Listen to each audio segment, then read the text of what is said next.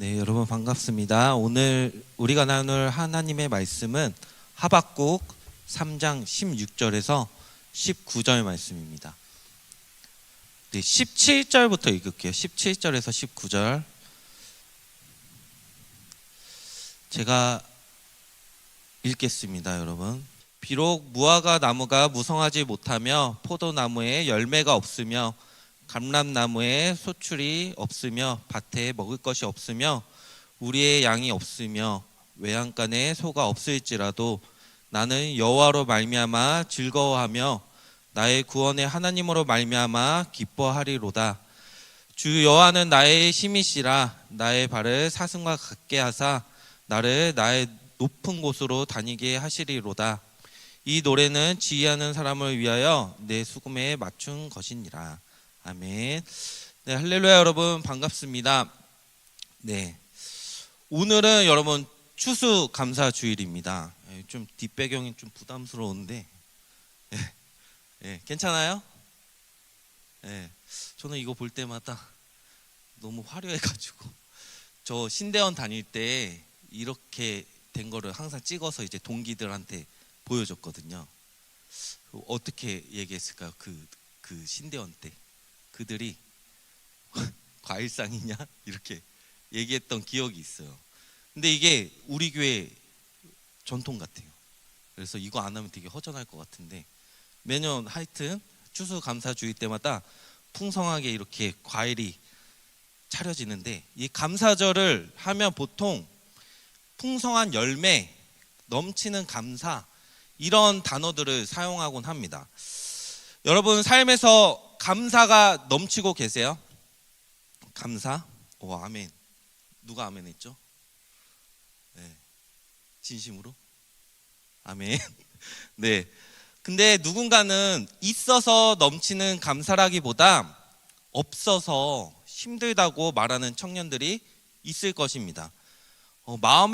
마음에 여유가 없어서 힘들기도 하고, 또 바쁜 일상 속에서 시간도 없고 힘이 없고 지쳐 있기도 하고, 또 사회에서 자리를 잡아야 하는데 경제적으로 너무 빠듯하고 또 열심히 일하지만 보람이 없고 또 삶이 버겁습니다. 단풍이 너무 요즘 이쁘잖아요. 단풍 구경을 좀 가고 싶은데 같이 갈 여자친구도 없고 남자친구도 없고 곁에 내 마음을 함께 나눌 수 있는 좋은 친구가 없어서 이 외롭게 느껴지는 청년들이 우리 가운데 있을 수 있어요. 이렇듯 우리 삶에는 무언가가 부족하고 결핍된 현실이 있습니다. 없기 때문에 불안하고 또 없기 때문에 절망할 때도 있는 거죠. 그리고 그 현실이 길어지고 오래되다 보면 하나님에 대한 신뢰마저 흔들리기 시작합니다. 하나님, 왜 제 기도는 응답되지 않을까요? 왜 하나님 안 믿는 친구들이 다 잘 되는 것 같고 왜 나만 이렇게 힘든 것 같은가? 오늘 우리가 함께 나눌 하박국 선지자의 고백은 바로 이런 현실 가운데서 나온 믿음의 결단이었습니다. 오늘 말씀을 우리가 함께 나누면서 오늘 하박국 선지자의 고백이 지쳐있는 우리 삶에 힘이 되는 고백이 되기를 소망합니다. 먼저 오늘 본문 배경을 살펴보면 이제 하박국 선지자가 활동하던 시대는 이제 유다 왕국 말기에 나라가 내부적으로 타락했고 외부적으로는 이제 바벨론이라는 강대국의 위협에 이제 시달리던 때였어요. 하박국 선지자는 남유다가 바벨론에 의해 무너져가는 이 마지막 시기에 활동을 했는데, 그는 하나님께 묻습니다. 하나님, 왜 악인은 잘 되고 의인은 고통을 당합니까? 왜 하나님의 백성이 고통을 받고 있는데 하나님은 침묵하십니까? 이 질문에 하나님은 이렇게 말씀하십니다. 바벨론이라는 강대국을 들어서 유다를 심판하겠다. 여러분, 지금 의인이 고통을 당하고 있는데 더 악한 자를 통해서 벌을 내리시겠다라는 이 하나님의 말씀은 하박국을 더 혼란스럽게 만들었어요. 여러분, 하나님의 뜻을 도무지 이해할 수 없을 때 우리는 무엇을 어떻게 할 수 있을까요? 우리가 취해야 할 자세는 끝까지 하나님의 일하심을 신뢰하며 하나님을 예배하고 하나님 앞에 기도함으로 나아가야 할 것입니다. 이해되지 않는 상황 속에서 하박국은 기도하면서 하나님은 지금도 일하고 계시며 또 하나님의 뜻은 인간의 이해를 초월한다는 것을 깨닫게 됩니다. 그래서 하박국은 고통 속에서 하나님을 찬양함으로 하나님께 나아갑니다.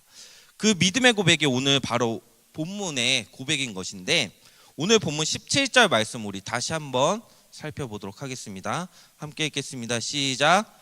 비록 무화과 나무가 무성하지 못하며 포도나무에 열매가 없으며 갈람나무에 소출이 없으며 밭에 먹을 것이 없으며 우리의 양이 없으며 외양간에 소가 없을지라도. 아멘. 이제 하박국은 6가지 비극적인 상황들을 나열합니다. 무화과 나무가 무성하지 못하고 또 포도나무에 열매가 없으며 감람나무에 소출이 없고 또 밭에 먹을 것이 없으며 우리의 양이 없고 또 외양간에 소가 없을지라도, 이렇게 이 6가지는 모두 이스라엘 백성들의 생존과 직결된 것이었어요. 경제가 무너지고 또 생계가 흔들리며 미래가 보이지 않는 그런 상황들, 또 이건 단순한 불편함이 아니라 완전한 경제적인 파탄, 삶의 기반이 무너지는 절망의 현실을 말하고 있습니다. 하박국은 이런 극한 상황 속에서 비록이라는 이 단어로 시작을 하고 있어요. 여러분, 이 말은 현실을 부정하지 않으면서도 그 속에서 다른 선택을 하겠다는 이 믿음의 고백인 것입니다. 하박국은 비록 많은 것들이 없지만 자신이 하나님 앞에서 할 수 있는 삶으로 또 믿음을 고백합니다. 본문 18절 말씀을 다시 한번 우리 읽어볼까요? 18절 말씀입니다. 나는 여호와로 말미암아 즐거워하며 나의 구원의 하나님으로 말미암아 기뻐하리로다. 아멘. 여러분, 하박국은 이제 현실과 믿음을 분리하지 않습니다. 오히려 현실을 직시하고 믿음으로 반응합니다. 여기서 나는 여호와로 말미암아 즐거워하며라는 말은 감정이 정말 좋아서가 아니라 나의 의지를 담은 결단의 표현인 거예요. 참으로 여러분 대단한 모습이죠. 기뻐해야 할 이유가 없는 그러한 상황 속에서 그는 하나님 자체를 이유 삼아서 기뻐합니다. 여기서 중요한 단어는 나는입니다. 모든 것이 사라졌어도 하박국은 자신의 선택을 하나님께 두고 있는 거죠. 나는 하나님으로 인해 기뻐하겠다. 감정이 아니라 여러분 믿음의 결단인 것입니다. 사랑하는 청년 여러분, 우리는 때론 나의 환경이 이 좋은 방향으로 흘러가고 바뀌어야 기뻐합니다. 기도 응답이 있어야 찬양합니다. 하지만 하박국은 그 반대로 내게 아무것도 없어도 하나님이 계시기에 나는 기뻐하겠다, 이렇게 고백하고 있는 거예요. 그의 기쁨은 상황이 아니라 하나님 자체에 있습니다. 왜냐하면 하나님은 지금도 살아 역사하시고 그의 백성을 돌보시기 때문입니다. 여러분, 우리가 하나님 자체만으로도 기쁨을 누리는 믿음이 있기를 소망합니다. 아멘. 오늘 추수감사주일이죠. 여러분, 감사는 내가 이만큼 해냈고 가지고 있어서 감사하는 것이 아니라, 감사는 하나님이 여전히 나와 함께 하시기 때문에 감사하는 거예요. 다시 한번 기억하기 원하는 것은, 우리가 진짜 감사할 수 있는 이유는 내 상황이 좋아서가 아니라 그 상황 속에서도 하나님이 나의 힘이 되시기 때문이라는 것을 여러분 기억하기를 원합니다. 마지막으로 하박국은 믿음으로 이렇게 고백하고 있어요. 19절 말씀입니다. 주 여호와는 나의 힘이시라. 나의 발을 사슴과 같게 하사 나를 나의 높은 곳으로 다니게 하시리로다. 이 노래는 지혜하는 사람을 위하여 내 수금에 맞춘 것이니라. 아멘. 여러분, 이스라엘의 산길은 아주 험하다고 해요. 그런데 사슴은 그 거친 길을 빠르게 또 안정감 있게 걷습니다. 하박국은 사슴과 같게 하사 높은 곳으로 다니게 하신다라고 이렇게 고백하고 있어요. 즉, 하나님이 내 걸음을 지탱하시고 또 험한 길도 넘어지지 않게 하신다는 이 하박국의 믿음의 표현인 것입니다. 험한 길을 안정감 있게 걷게 하시는 하나님의 인도하심, 또 현실은 절벽 같아도 또 주님이 힘 주시는 발을 딛게 하시기에 우리는 흔들리지 않을 것이라는 믿음이 여러분 우리 안에 자리 잡기를 소망합니다. 사랑하는 청년 여러분, 지금도 우리 삶 속에서 비록 나의 기도 응답이 없을지라도, 비록 문제가 아직 해결되지 않아도, 비록 우리의 삶의 미래가 불확실해도, 비록 우리의 현실 속에서 다양한 어려움들이 있을지라도, 그러나 나는 주님으로 말미암아 기뻐하겠습니다. 이러한 고백을 우리가 하나님 앞에서 정말 드리기를 소망합니다. 여러분, 신앙은 환경을 바꾸는 이제 마법 같은 그런 기술이 아니라 이 환경 속에서도 하나님을 붙드는 믿음의 결단이 되어야 할 줄 믿습니다. 하박국의 신앙은 여러분 현실을 외면하지 않았어요. 그냥 어려운 상황 그 자체를 인정했습니다. 자신이 놓여진 현실보다 하박국은 하나님을 바라보면서 환경이 아니라 하나님을 선택했습니다. 여러분, 우리가 없는 것을 바라보면 감사할 수 없어요. 나 이것도 없고 저것도 없고 나는 뭐도 못하고, 이렇게 하면 감사할 수 없습니다. 그런데 우리의 시선이 하나님을 바라볼 때에 우리는 없는 것 때문에 이제 무너지지 않고 우리에게 계신 하나님 때문에 우리는 다시 일어설 수 있고 감사할 수 있는 것입니다. 이 말씀을 묵상하면서 이 말씀에 정말 내 삶에 적용해야 했던 일이 있었어요. 지난 7월, 여름 7월에 비가 많이 왔잖아요. 집중호우 때문에 막 난리가 났었는데, 폭우로 인해서 여러 지역이 피해가 컸는데 그 중에 저희 부모님이 계신 당진 지역이 이제 완전 침수가 되는 사건이 있었어요. 제가 영상을 잠깐 준비했는데 한번 보여주시겠어요? 네. 이게 저희 부모님 집이에요. 근데 완전 물이 빠지고 나니까 막 집에 쓸 게 하나도 없는 거예요.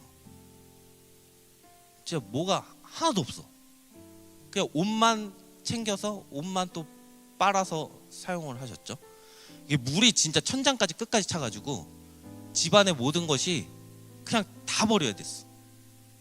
뭐 하나도 쓸 게 없어.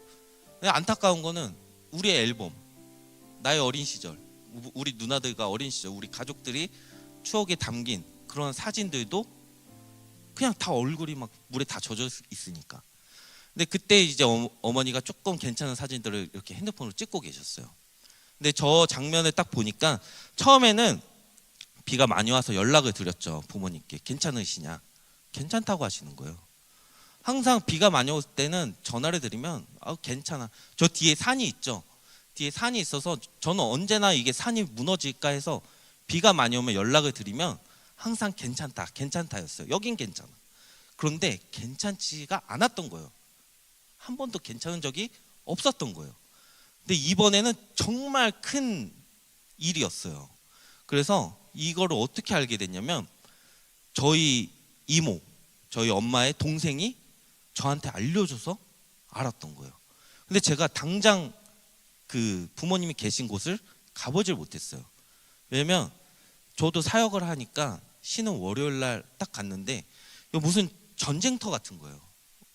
진짜 살아 계신 것만으로도 감사하다. 그런데 왜 이런 일이 우리 집에 일어났을까? 이러면서 되게 속상했죠. 그래서 하루를 더 이제 휴가를 내고 화요일까지 제가 막 여기 치울 거 다 같이 치우고 막 정리를 같이 했었는데, 부모님은 하나님이 살리셨다. 어쩐지 새벽부터 잠이 안 오더라. 자고 있었으면 다 물론 보트 타고 탈출하셨대요. 그래서 그 얘기를 들으니까 진짜 뭘 해줄 수 있는 게 제가 아무것도 없더라고요. 그러면서 당장 어디 머물 곳을 구해야 되는데 나한테 목돈이 없는 거야. 어디 저기 원룸이라도 구해야지 되는데 수중에 제일 싼 보증금 300만 원 월세집도 내가 보증금이 없어서 이거를 못 구해드리겠는 거야. 막 그랬어요. 그런데 누나들은 또 미국에 있지. 큰 누나가 다행히 한국에 있었어요. 잠깐 한국에 있을 때 이 소식을 제가 또 누나한테 전했더니 누나가 또 그래도 해결을 했죠. 보증금을 해서 잠깐 원룸에 모셨어요. 그런데 이제 집을 다 정리하는데 부모님은 괜찮다, 하나님께 감사하다였어요. 계속. 나는 근데 속으로는 너무 감사하지가 않은 거야. 그러면서 이거를 감당할 힘이 나한테는 없었어. 그때 나도 교회 사역도 지치고 건강도 좀 뭔가 잃어가는 느낌이고 집은 이렇게 되고 너무 힘들더라고요. 그런데 이 집을 정리하다가 저희 부모님 안방 이 문에 이렇게 말씀 액자가 걸린 거를 딱 보면서 뭐라고 걸려 있었냐면, 한번 보여주시겠어요? 내게 능력 주시는 자 안에서 내가 모든 것을 할 수 있느니라. 이게 걸려 있는, 이걸 묵상했어요. 그러면서 정말 사도 바울은 비천할 때나 풍부할 때나 모두 하나님 안에서 만족과 평안을 찾는 법을 터득했다고 이렇게 고백을 하는데, 자신이 처한 여러 어려움과 도전에 맞서며 그 모든 상황에서도 능력 주시는 하나님을 의지함으로써 극복할 수 있었다는 그 바울의 믿음의 고백이 정말 나의 고백이 되기를 원했어요. 그 당시 여러분들도 힘든 일 너무 많잖아요. 감사할 수 없는 일들이 너무 많아요. 그런데 정말 힘들 때 감사하는 그러한 믿음이 우리한테 있기를 원합니다. 비록 부모님의 집이 물에 잠겼을지라도, 비록 부모님을 모실 수 없는 형편일지라도, 그러나 나는 주님을 찬양하겠습니다. 이러한 고백이 안 나왔어요. 하나님 왜 이러세요? 우리 부모님 왜 이렇게 고생하세요? 그러면은 자녀들이라도 좀 잘 벌어서 부모님 모실 수 있는 형편이 돼야지. 우리도 다 사역하는데, 다 목회자 집안이고 너무 힘든데. 근데 이렇게 나는 비록 이럴지라도 주님 찬양하겠습니다, 이 고백이 잘 안 나왔어요. 그런데 그 말씀을 계속 묵상하면서 부모님은 그래도 하나님을 찬양하고 감사하다라는 그 고백을 보면서 내가 정말 저렇게 살아야 되는구나를 많이 느꼈거든요. 할 수 있는 거는 기도밖에 없었고 하나님의 참된 위로와 또 도우심이 필요했던 시기였어요. 결과적으로는 지금은 부모님이 침수를 당했기 때문에 그 당진 시에서 뭔가 이제 침수 피해자 우선으로 LH 아파트 있잖아요. 그걸 우선권이 돼가지고 일단 잠시 그 원룸에서 또 빼서 거기로 넘어가셨어요. 뭐 싼 월세 값에 이렇게 넘어가셔서 오히려 지금은 침수 잘 됐다. 침수가 됐기 때문에 아파트로 들어간 거예요. 지금 그 사진을 보여줬어야 되는데 뷰도 좋고 아주 쾌적해. 이거 침수 너무 잘 됐어. 다 갖다 버리는 것 너무 깔끔하고, 이제 새로 냉장고도 사고 그 안에 소파도 사고. 그 전에 집은 소파 놓을 공간도 없었어요. 그냥 옛날 시골집, 할머니가 살아 계셨을 때, 저 어렸을 때도 맡겨진 그 시골이었는데 할머니가 돌아가시면서 저희 부모님이 그 집으로 들어갔거든요. 정말 그 옛날 집에 정말 침수가 잘 돼가지고 정리가 딱 된. 근데 그 시절은 몰랐어. 너무 하나님 원망스러웠어. 감사가 잘 안 나오고. 근데 지금 보니까 하나님이 정말 우리 부모님을 좋은 환경으로 이렇게 이끄셨어요. 이게 LH 아파트 그거 아무나 들어갈 수 있는 거 아니에요. 조건이 돼야지. 근데 조건도 안 되는 부모님이었는데 뭐 우리가 돈이 어디 있어? 좋은 집을 구해드릴. 근데 하나님이 다 해주셨어요. 그래가지고 참 지금 생각하면 감사하구나. 침수 때는 몰랐지만 침수되기 너무 잘 되고 감사하다. 그리고 부모님이 건강하시잖아요. 감사하더라고요. 오늘 이 자리에 함께 예배하는 우리 청년들도 여러분 삶이 비록 어려움 속에 있을지라도, 그러나 나는 주님을 바라보고 찬양합니다라는 고백이 정말 자연스럽게 우러나왔으면 좋겠어요. 물론 힘들죠. 정말 불평할 수 있고 짜증날 수 있고 왜 나만 이런 환경 가운데. 그런데 비록 우리의 환경은 힘들지라도 나는 주님 찬양하겠습니다. 이러한 고백이 우리 가운데, 우리 공동체 가운데 흘러 넘칠 수 있기를 소망합니다. 하박국은 결과가 바뀌지 않아도 하나님 자체로 충분하다고 고백을 했어요. 이 고백이 우리의 고백되기를 소망합니다. 아무것도 없을 때, 여러분 진짜 우리가 아무것도 없을 때 다 갖다 버리고 나 진짜 몸뚱아리밖에 없다, 그때 진짜 믿음이 시작되는 거예요. 여러분들 우리의 삶은 계속 갖추려고 하잖아요. 계속 뭐가 있어야 감사거리가 나오고. 그런데 아무것도 없을 때, 그때 믿음이 시작됩니다. 주님 한 분이면 충분하다는 믿음의 고백과 또 주님이 함께 하신다는 감사의 고백이 우리 모두의 삶이 되기를 주님의 이름으로 축복합니다.